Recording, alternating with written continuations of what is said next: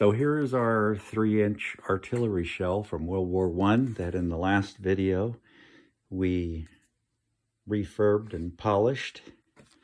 Got the heavier dents and scratches out. Looking good. I'm just going to do a final polish on it. But before I do that, I had to work with it a little. And I went ahead and drilled a hole for our rope to go through, which is going to hold our clanger, which is the golf ball you see here. And this is going to be mounted with this blacksmith iron hanger, something we had that we were going to use in our new house and never did. Figured it would work quite well for this. I've got some screws that are going to secure that. These were just standard steel Phillips screws that I went ahead and sprayed with this hammer finish black spray paint, which is going to match really nice with the hanger itself. And I had this pine wood placard that I had laying around, and I went ahead and sanded it down a bit, and I wanted to give it kind of a cherry wood finish. So I combined some stains here. There's one that's kind of a mahogany and then with a dark walnut. Combined those two and came up with a kind of a cherry finish, cherry wood finish, which looks good up against brass. And then I've got a couple of wooden plugs that I've also took a piece from this piece you see right here and just kind of domed them, cut them off, and stained them. And they're going to be put in here into that hole there. The screws that go in the wall, those plugs are going to go over those holes.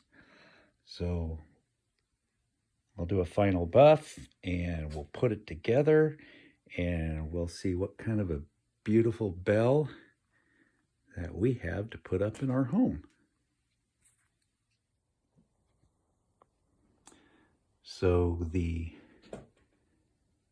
3-inch artillery shell bell conversion has been completed, and it's found a place in our house, sitting next to some other items that are historical for this family, been handed down from parents and grandparents. And a couple things I added to the bell in order to ring the clanger is this bassoon mouthpiece, which belonged to my dad when he was in the Boy Scouts in Denmark during World War II. He played the bassoon, which is like a small tuba, and this was his mouthpiece. So I used it in order to ring the clanger. And we have the shell, of course, coming up here. This clasp here was something that my wife had found while we were out metal detecting in Paso Robles at an old home site that was from the late 1800s. This is not from the late 1800s. It's obviously later. It was brass, so I thought I'd go ahead and add that. And of course, you saw the placard and the blacksmithed hook, and everything's up there. Ended up really nice. But what does it sound like? Let's ring it.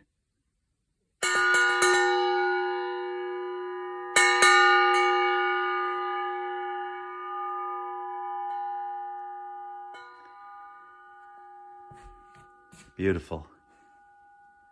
All right, everybody. Thanks for watching. Leave a comment, a like, subscribe. Life is good here in Idaho. Live free or die, folks.